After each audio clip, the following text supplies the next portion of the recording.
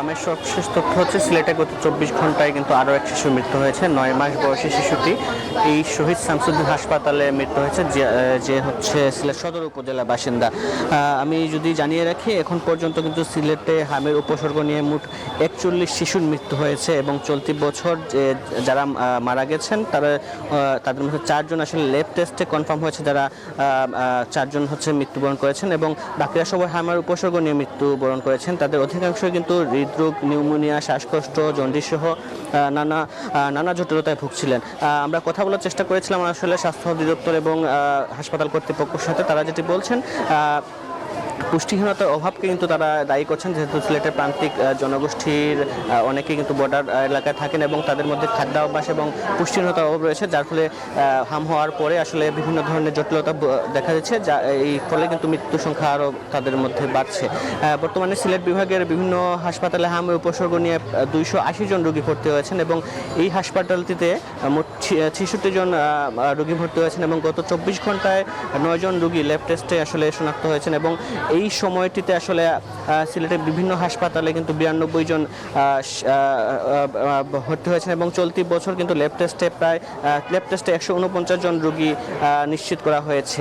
হাসপাতাল কর্তৃপক্ষ যেটি বলছে, তারা কিন্তু তাদের সাধ্য অনুযায়ী চেষ্টা করছেন এবং ইতিমধ্যে কিন্তু 2টি হাসপাতালে 34টি আইসিইউ কিন্তু তারা স্থাপন করেছেন। সব মিলে এই ছিল আমার কাছে সিলেট থেকে হামের সর্বশেষ খবর। আমরা চলে যাব বরিশালে। আমাদের সহকর্মী রয়েছেন মিলন, তিনি আসলে বরিশালের খবর জানাবেন।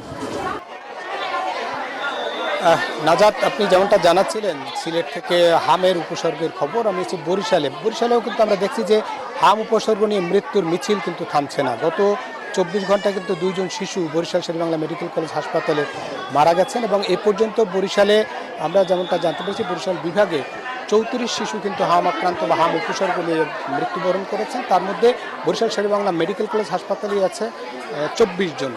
সব মিলে যদি বলি, যে ওয়ার্ডটিতে আমরা এখন আছি সেই ওয়ার্ডে মূলত 75 জন শিশু ভর্তি আছে, নতুন ভর্তি হয়েছে 39 জন এবং প্রত্যেকটি বিছানায় কিন্তু 2 জন 3 জন করে শিশু চিকিৎসা নিচ্ছে। ফলে যারা একটু হাম উপসর্গ থেকে মুক্তি পাচ্ছেন, নতুন শিশু আশায় আক্রান্ত হয়ে আবার আক্রান্ত হচ্ছে এমন অভিযোগ করেছেন অভিভাবকরা।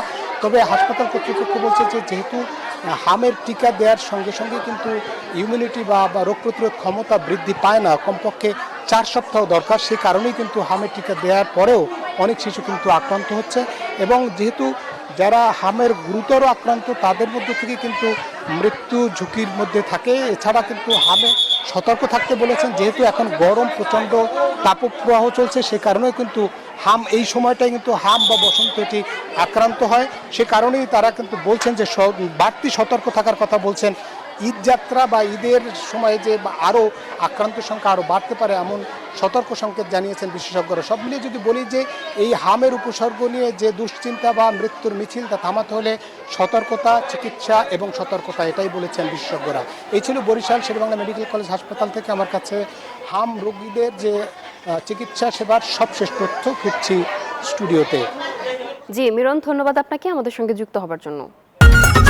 ঈদ লাগছে মনে, খুশির জোয়ার সবখানে, আর ঈদ লাগছে মনে, বিকাশ পেমেন্ট সবখানে।